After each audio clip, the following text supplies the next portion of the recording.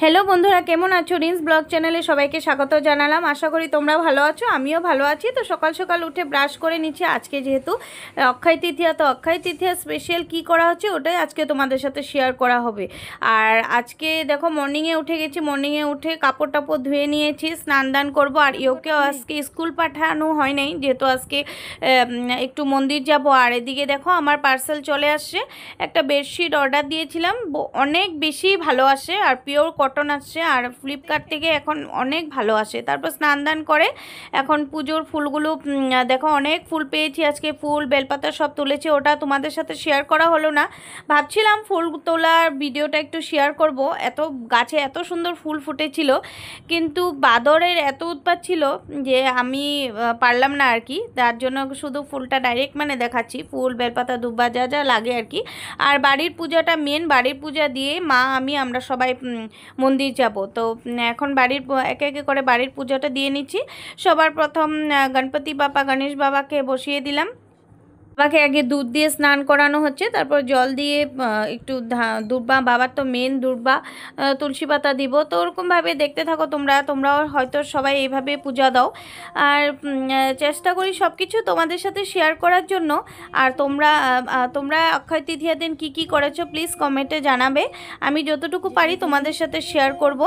আর ভালো লাগলে আমার ভিডিওগুলো লাইক অ্যান্ড সাবস্ক্রাইব করে দিও, আর পাশে থাকা বেল আইকনটি দাবিয়ে দিও। তো বাবাকে বসিয়ে দিলাম বাবার প্রিয় খাদ্য লাড্ডু দিয়ে। এখন ভোলেনাথকে বসিয়ে দিলাম লিঙ্গটাকে। তা এখন এই বাবাকেও পূজা দেওয়া হচ্ছে, দুধ দিয়ে স্নান টান করিয়ে দুর্বা দিয়ে, যে নর্মালি যেরকমভাবে আমরা পূজা করি ওইটাই দিয়ে। আর সব ঠাকুরকে পূজা দেওয়ানো একে একে করে ভিডিওটা অনেক বেশি লং হয়ে যাবে আর তোমরাও বোরিং হয়ে যাবে।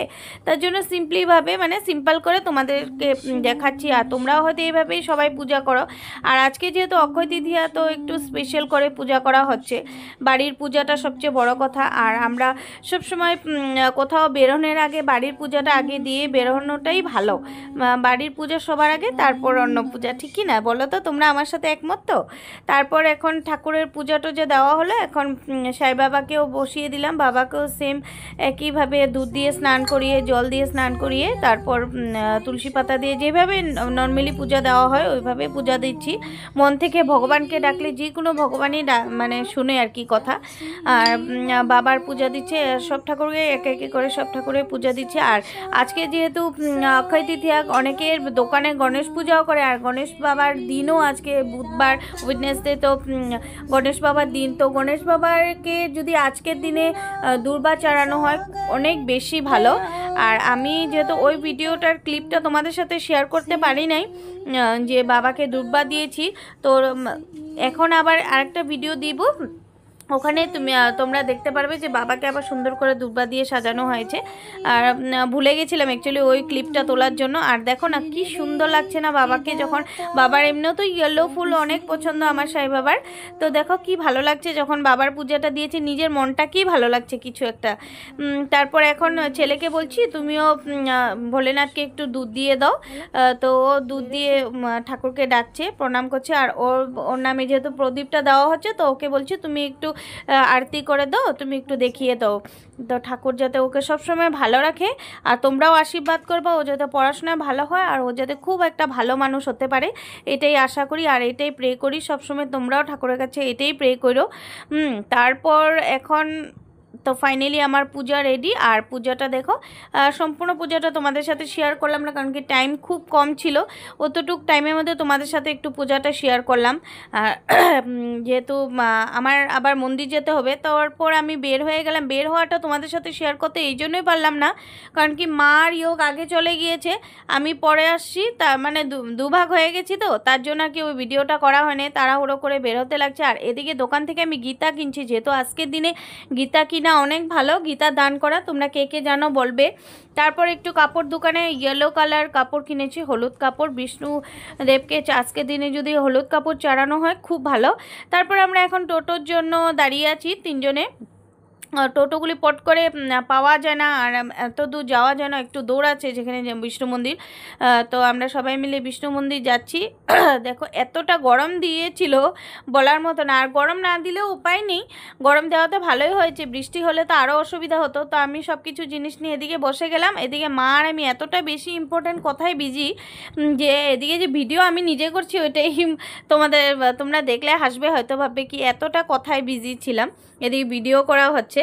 আর মন্দির হনুমান মন্দির পার হয়ে গেলাম, বিষ্ণু মন্দির পূজা দিয়ে এসে হনুমান মন্দির পূজা দেবো, যেহেতু বিষ্ণু মন্দিরটা একটু দূর, তার জন্য আগে ওই মন্দিরটা দিয়ে যে আর অনেক জলদি বন্ধ হয়ে যায়। তো চারিপাশটা একটু তোমাদের সাথে শেয়ার করছি। আর তোমাদের বাড়িতে কার কার বাড়িতে পূজা হয়েছে কমেন্ট করে জানাবে আজকের দিনে। আর আজকের দিনটা ভীষণ ভালো, 2025-এর যেটা 30 এপ্রিলে যেটা মানে অক্ষয় তৃতীয়াটা পড়েছে, খুব ভালো দিন। আর এমনিও 25 বলে না, এমনিও অক্ষয় তিথির দিনটা খুব মানে ভালো একটা দিন, এই দিনে সব শুভ কাজেই করা হয়। আমার একটু গলার একটু প্রবলেম হচ্ছে, তো এটা প্লিজ তোমরা স্কিপ করবে। আর এদিকে যেহেতু ইলেকশন, আমাদের এদিকে ইলেকশন আছে, তার জন্য ইলেকশনের পুরো তাড়াহুড়ো চলছে, হুড়ুস্থুল চলছে। আর এদিকে আমরাও যাচ্ছি, চারিপাশে গ্রিন গ্রিন সবুজ একটা পরিবেশ, দেখে মনটা ভালো লাগে, ছুঁয়ে যায়। আর আমরা যেহেতু একটু গাঁয়ের পরিবেশেই থাকি, তার জন্য আমাদের চারিপাশটা একটু গ্রিন গ্রিন দেখবে তোমরা ভিডিওতে। আর এই পরিবেশটা যে থাকলে কতটা নিজেকে নিজে ভালো দেখায় আর ভালো লাগে, মনটাও ভালো লাগে। আর আজকাল তো দেখাই যায় না, প্রচুর পরিমাণে গাছ কাটা হচ্ছে চারিদিকে মানে, আর ওর জন্য পলিউশন অনেক বেশি বেড়ে গেছে। তো আমরা ভাবি এই গ্রিন পরিবেশ নিয়ে থাকাটা যে অনেক ভালো। তারপর কথা বলতে বলতে দেখো আমরা চলে আসলাম আমাদের নিজের জায়গায়, যেখানে আসবো তো একটু টাইম আছে, অনেক দূর, তার জন্য আগে এই মন্দিরটা চলে আসলাম। আর পট করে টোটো পাওয়া যায় না, তারপর দেখতে দেখতে চলে আসলাম। তো মনটা খারাপ হয়ে গেছে ফট করে, কারণ কি এসে দেখি মন্দিরটা বন্ধ ছিল, এটাতে মনটা একটু মানে খারাপ লাগছিল। তো আরেকটু মানে টোটোলাকে বলছি যে আরেকটু দূর একদম গেটে যায় ডাইরেক্ট নামাতে, তার সুবিধা হয়। তো এখন দেখো চারিপাশে ঘরগুলো খুব সুন্দর। আর এদিকে যেহেতু আমাদের কলেজ ছিল, আমরা পড়াশোনা করেছি, তো সবসময় এই সাইডগুলোতে আমাদের আসা যাওয়া আছে, তার জন্য এগুলো পরিবেশ দেখলে সব পুরোনো মেমোরিজগুলি চলে আসে। তারপর ফাইনালি আমরা এখন মেন গেট দিয়ে ঢুকে যাবো, ওদিকে আর একটা গেট আছে, তো এদিকে মেন গেটটা।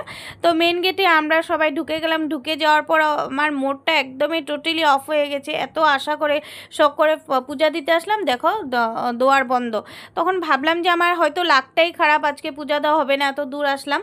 তারপরে দেখে তারপর একজন মহিলা ছিল, তো বলল যে পণ্ডিতজি কিছু কারণে যেহেতু আজকে পূজা ছিল, মর্নিং টাইমে পূজা দেওয়ার জন্য চলে গেছে, আমার কাছে চাবি আছে, তো আমি খুলে দেব। তো এই বলে শুনে মনটা একটু ভালো লাগছে, এই যে আন্টিটা খুলে দেবে, এই জন্য ভালো লাগছে যে বাবার দুয়ার থেকে ঘুরে যাওয়া মানে কতটুকু দুঃখের কথা। আর আজকে যেহেতু বিষ্ণুদেবের পূজা দেওয়া মানে ভীষণই ভালো, তোমরা সবাই জেনে রাখো অক্ষয় তৃতীয়ার দিন বিষ্ণুদেবের পূজা দেওয়া খুবই ভালো, খুবই। এমনি তো আমরা নর্মালি জানি যে গণপতি বাপার পূজা দেওয়া ভালো, কিন্তু হ্যাঁ তার সাথে বিষ্ণুদেবের পূজা দেওয়ার যে ভীষণ ভালো, মানে বিষ্ণু ঠাকুরের। তো মনটা খুশি লেগে গেল। যাই হোক, আমরা তো নিজের হাতে বাবাকে উৎসর্গ করতে পারছি, ব্রাহ্মণ থাকুক আর না থাকুক, নিজের মনটা পরিষ্কার থাকলে আর কিছু লাগে না। তো এইদিকে দেখো ইয়োগ নিজেকে নিজে ভিডিও করছে বড়দের মতো। তো যাই হোক, ঢুকে গেলাম বাবার দুয়ারে। তো দেখো বাবাকে দেখি কিছু একটা পজিটিভ ভাইব আসে, যেহেতু একটা শান্তির মহল, মানে শান্তি, যে সত্যি শান্তিপূর্ণ জায়গাটাও তোমরা দেখলা, পরিবেশটা সবাই একটা শান্তি, কোনো হাই কাজ যেমন হাল্লা টাল্লা কিছু নেই, একদম শান্তির পরিবেশ। তো বাবাকে ইয়েলো কালারে হলুদ কাপড় দান করতে হয়, তোমরা সবাই যেন বিষ্ণু দেবতাকে হলুদ বস্ত্র দান করতে হয়। তো হলুদ বস্ত্র দান করে আমি যে এতটুকু করতে পারছি, নিজের হাতে বাবাকে দিতে পারছি, এটা আমার জন্য অনেক বেশি। কারণ কি 12টার মধ্যে যে অ্যাকচুয়ালি পূজাটা করলে আজকে ভালো ছিল, নর্মালি সারাদিনই ছিল, কিন্তু 12টার মধ্যে মানে পূজাটা 12টার আগেই অ্যাকচুয়ালি সারতে পারলে অনেক ভালো, আর কি একটা টাইম থাকে না পূজার। তো মনটা ভালো লাগছে যে বাবাকে তো আমি দিতে পারলাম পূজাটা, এটাই আমার অনেক বেশি খুশি লাগছে। আর আমার নিজের গাছের ফুল কত সুন্দর করে বাবাকে পূজা দিচ্ছি, নিজের মন মতো করে পূজা দিচ্ছি, মানে এটাই খুব ভালো লাগছে। আর পণ্ডিতজি, এটাই একটু কমই ছিল যে পণ্ডিতজি থাকলে একটু মন্ত্র করে দিত, আমি ওই ভাগ্যটা পেলাম না। নো ডাউট আমি তো বাবার তো দুয়ার থেকে ঘুরে গেলাম না, এটাই আমার কাছে অনেক বেশি, যে বাবার দুয়ার থেকে তো বাবা আমাকে ঘোরালো না, এতটুকু আমার মনটা সত্যি খারাপ হয়ে গেছিলো যে আমি পুজো দিতে এসে এত দূর এত আশা করে এসে আবার ঘুরে যাবো। আর যেহেতু আজকের দিনটা একটা স্পেশাল ডে, তার জন্য আসা আর কি। আর আজকের দিনটাতে যদি ঘুরে যায় কতটা খারাপ লাগবে তোমরাই বলো। তোমরা এত দূর মন্দির গিয়ে যদি দেখো মন্দির বন্ধ, পূজা দিতে পারবে না, তোমাদের খারাপ লাগবে কি না? যাই হোক, ঠাকুর যে সত্যি জাগ্রত আছে আর বাবাকে আমি মেনে গেলাম যে সত্যি জাগ্রত। আমি চলেই যেতে নিয়েছিলাম, ওই মোমেন্টে একজন মহিলা এসে, আন্টি একজন এসে বললো আমার কাছে চাবি আছে, আমি খুলে দিচ্ছি। তো মনটা ভালো লাগলো আর কি শুনে। তারপর বাবাকে মন ভরে একদম পূজা দিলাম। আর যেহেতু আমরা আসামে থাকি তোমরা সবাই জানো, তো আসামের গামছাটা পরে বাবাকে করলাম, যেহেতু খালি ইসেতে কিছু করতে হয় না, একটা গামছা দিয়ে দিতে হয়, তো দিয়ে নিলাম। তো আসলাম বাবার মন্দিরে, সবাই প্রে করো যাতে সবাই দিন ভালো কাটে, সবার যাতে ভালো হয়। তো ওটাই তো আমাদের পূজা টুজা হয়ে মনে কি বসেই থেকে এমন লাগলো, তো বসে ভালো করে একটু পূজা দিচ্ছি সুন্দর করে। আর আমার এই রিয়েকশনটা দেখে তোমরা অন্য কিছু ভাববে না প্লিজ, কারণ কি এই জায়গাতে আমার ছেলে একটু অন্য টাইপের হিন্দি গান একটা গাচ্ছিল, তার জন্য ওকে বকা দিচ্ছিলাম যে ঠাকুরের মন্দিরে এসে আবার এসব কী গান, এর জন্য আমার চোখগুলো মানে মুখটা এরকম একটা রিয়েকশন একটা দিলাম, তো এটা স্কিপ করবে প্লিজ। তারপর আমাদের পূজা টুজা দেওয়া হয়ে গেছে, এখন আমরা বাড়ি চলে যাব। খুব সুন্দর করে পূজা দিলাম। বাবার যে আমি আনা জিনিসগুলি যে বাবাকে দিতে পেরেছি এটা অনেক বড় কথা। আর এদিকে আন্টিটা বললো যে তোমরা যে এসে কি কি দিয়ে গেছো ওটা আমি বলে দিব। আর এদিকে মা প্রদীপ ধরালো সবার জন্য, প্রদীপ দিতে হয় তো, এটা বাইরে নিয়ে যাবে পরে, তো প্রদীপ দিয়ে ঠাকুরকে একটু উৎসর্গ করা হলো। আর বিষ্ণু দেবতাকে সত্যি কি ভালো লাগছে না দেখে, তোমরা নিজেই দেখে বলো কি সুন্দর লাগছে, মনটা শান্তি লাগে, কিছু একটা পজিটিভ ভাইব আসে।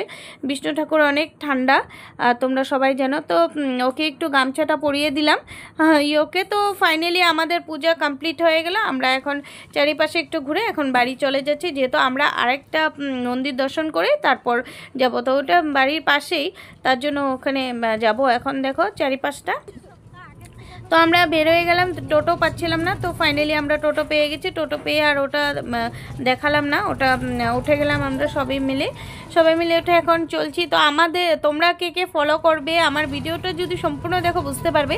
দেখো চারিপাশ আমাদের গ্রিন একটা পরিবেশ, তো কতটুকু একটা পজিটিভ ভাইব আসে আর চোখের জন্য অনেক ভালো।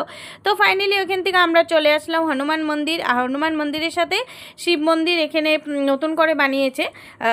তো এটা যেহেতু আমার শিব মন্দিরে পূজা দেওয়া হয় না, আসা হয়েছে কিন্তু পূজা দেওয়া হয় না, তো এইভাবে একবারে আমরা দুইটা মন্দিরে পূজা দিয়ে দেব। তো ফাইনালি আমরা হনুমান মন্দিরে ঢুকে গেলাম।